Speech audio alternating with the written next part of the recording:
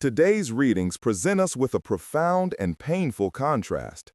The first reading showcases courageous zeal in the face of absolute compromise, while the gospel reveals the deep sorrow of Christ over spiritual blindness. In the first reading, we meet Mattathias, a man of integrity facing the impossible choice presented by King Antiochus's officers. Compromise your faith, offer sacrifice to idols, and receive riches and honor as a friend of the king, or stand firm and face certain death. Mattathias's response is a rallying cry for all time. God forbid that we should forsake the law and the commandments. He chooses suffering, exile, and death over the comfortable lie of apostasy. His zeal is fierce, absolute, and unyielding. It is the kind of moral clarity that anchors the church in times of persecution. Now turn to the gospel. Jesus approaches Jerusalem, the very city meant to be the heart of God's law, the place where Mattathias's descendants stood firm. Yet as he draws near, Jesus does not rejoice, he weeps. He weeps not just because of the city's impending physical destruction, but because of its spiritual tragedy.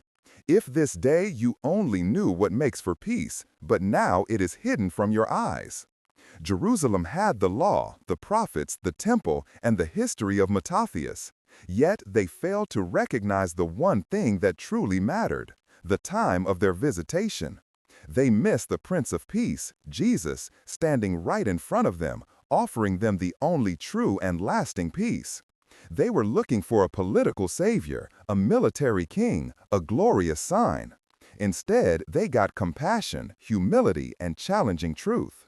Because their eyes were fixed on the spectacular sign they wanted rather than the grace they had, they missed the peace that was available. They were looking for a sign. The gospel presents grace. The contrast illuminates our own lives.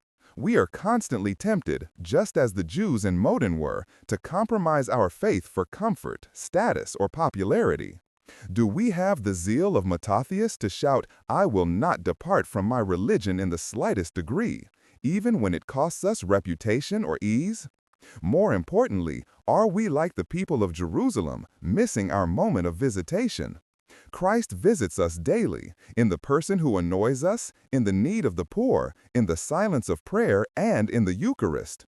If we are too busy looking for the spectacular signs of God's coming, we miss the quiet grace of His presence now.